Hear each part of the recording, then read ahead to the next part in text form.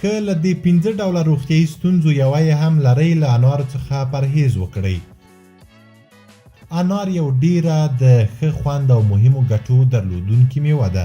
په افغانستان کې په کافي اندازه پیدا کیږي او بیه یې هم ډیر وخت زیاته لوړه نه وي. په انارو کې کافي ګټې شته دي، مګر د ځینو کسانو لپاره چې روغتیایي مشکلات لري، په دغه دوره کې چې دا روغتیایي ستونزه موجود وي، د انار خوړل ښه نه وي. هغه کسان چې د معدې زخم لري باید د انارو په خوړلو کې احتیاط وکړي او په دې هکله د هغه ډاکټر سره مشوره وکړي د کوم سره چې دای د خپلې معدې د تطوی لپاره په اړیکه کې وي. د دې ډول کسانو لوري د انارو خوړل د دې سبب کیږي چې د معدې زخم نور هم شدت ومومي.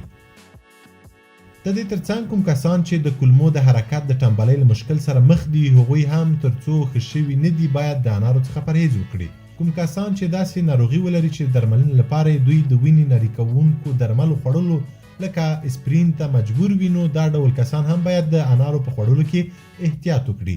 دا ډول کسان اکثریت د وینې د ټیټ فشار مشکل لري. انار که زیات وخوړل شي د وینې د فشار په ټیټېدو باندې د پام وړ اندازه تاثیر لري، چې د دې ډول ناروغ لپاره بیا انار خوړل زیانمن تمامیږي. د دې ترڅنګ کوم کسان چې د ځیګر مشکلات لري، نو هغوی د هم په انار خوړلو کې احتیاط وکړي.